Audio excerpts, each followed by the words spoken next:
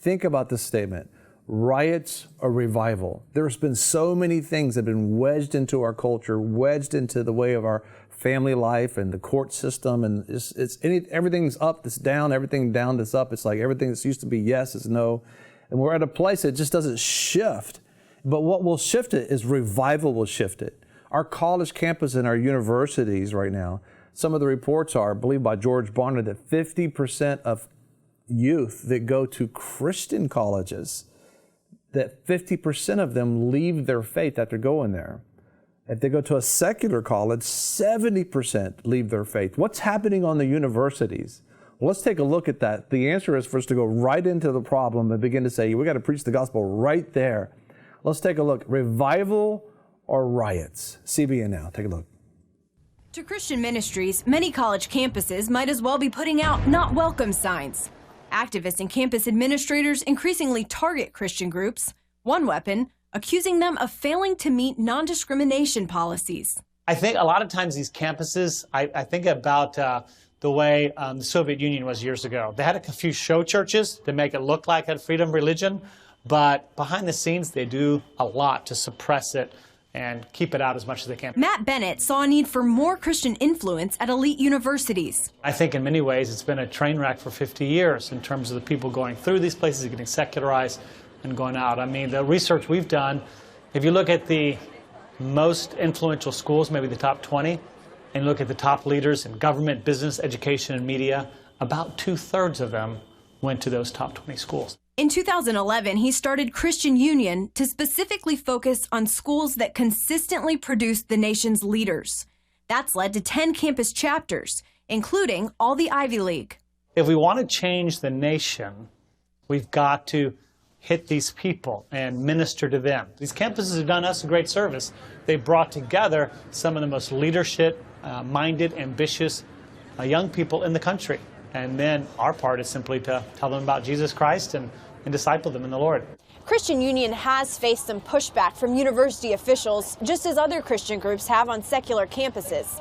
But Bennett has a more aggressive approach to dealing with discrimination, making it clear to the university that he won't back down or go away. When you do that, the universities end up respecting you more because of it. They know they can't just kind of roll right over you in whatever the circumstance is. A pretty radical approach that's seen success on campus, but actually met resistance from Christians for its aggressive stand. Bennett's response is to point to the Apostle Paul. We need to be firm about it. You see, wherever the Apostle Paul went in his travels, there was either riots or revival. When you preach the gospel and you put it forth, there's often reaction. So we should expect that's normal and should happen, and not be afraid of it. There's going to be some turmoil from time to time. When Princeton University refused to recognize Christian Union, Bennett took a move from the playbook of powerful secular groups, hiring a civil rights organization. So they wrote a letter to the president of Princeton, and she wrote back in 3 days and said, "You're absolutely right, you should be." So they did the right thing, and we're thankful for that. They did in 3 days what they wouldn't do for us in 3 years. And his efforts have led to positive response from students looking for more than just academic achievement. I think these students are hungry for, in their soul, the things of God, really just like everybody else. And it can be hard to be in touch with that when you're running so hard after what's glamorized as success in the world's eyes. And but all of our hearts really are created, as Augustine said, for God, and they're going to be restless until they find rest in Him. Clay Cromer heads up Yale's chapter of the Christian Union. He says, believe it or not, students are finding the Lord in the Ivy League. Oftentimes they come here and realize, wow, I'm not the greatest in my town or city anymore at XYZ. I'm around a bunch of people just like me, you know. And so as people wrestle with those things, they can get in touch with the needs they have, which are really for the Lord. Even having achieved, come to my dream school, that did not satisfy, and that was not it. There's still a longing within, and a consciousnly of need in me, and knew that somehow that had to do with God, but didn't really know I didn't know what that looks like. In the midst of his search, Kenneth received an invitation to a Christian Union Bible study. It was there that I think I was seeing in someone light. I just watching the way he was talking and the way he was reading the Bible, and as if he actually loved it and believed it, and there was reality there. I knew he knew something I did not. He had something I did not have. Not long after that, on the floor of his dorm room, he begged the Lord to make him new. God met me there, and it seems like the guilt and the weight of that lifted off, and that was a joy and a peace that I'd never known before, and I knew I was in the presence of more than who I am. In the competitive, rigorous, and stressful Ivy League environment, young men and women are experiencing the freedom only Christ can deliver. Now, with the support and encouragement from groups like Christian Union, they can grow their faith and spread God's influence around the world. Long my imprisoned spirit lay, fast bound in sin and nature's night. Thine eye diffused a quickening ray. I woke, the dungeon flamed with light. Caitlin Burke, CBN News, New York. That's so awesome what Christian Union's doing on our campuses. And so often we have this temptation to go away from where the fire is, go away from where the trouble is. But you think about everywhere Jesus went, trouble happened because the darkness was going, we don't want the light. Jesus wasn't causing the trouble. He was the response. He was the water that put the fire out. He was the truth that showed up in the midst of the lie. When Paul showed up, think about Paul, the Apostle Paul. It was either revival or it was riots. And sometimes, quite often, it was both taking place at the same time.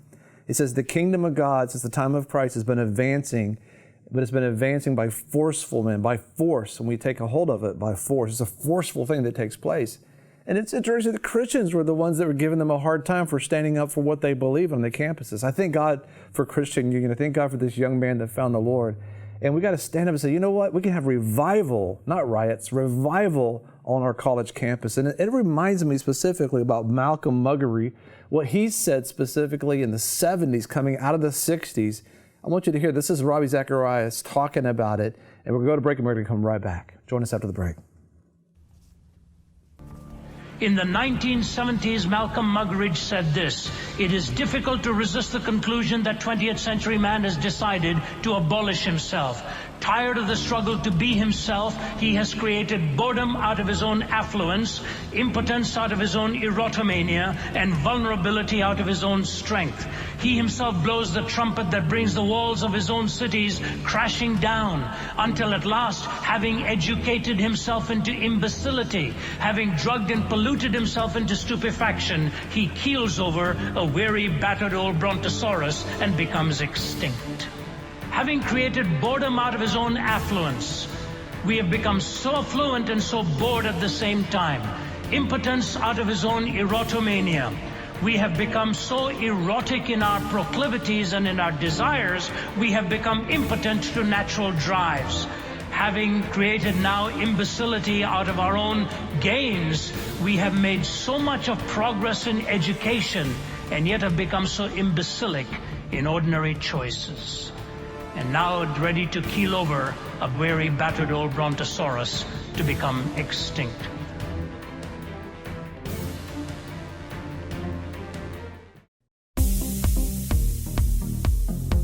I'm your host, Greg Lancaster, and we're so glad that you've joined us. Don't forget you can join us 24 hours a day, 7 days a week. Download our app and sign up for our newsletter, The Torch, at VFNtv.com. I've enjoyed our time together. God bless.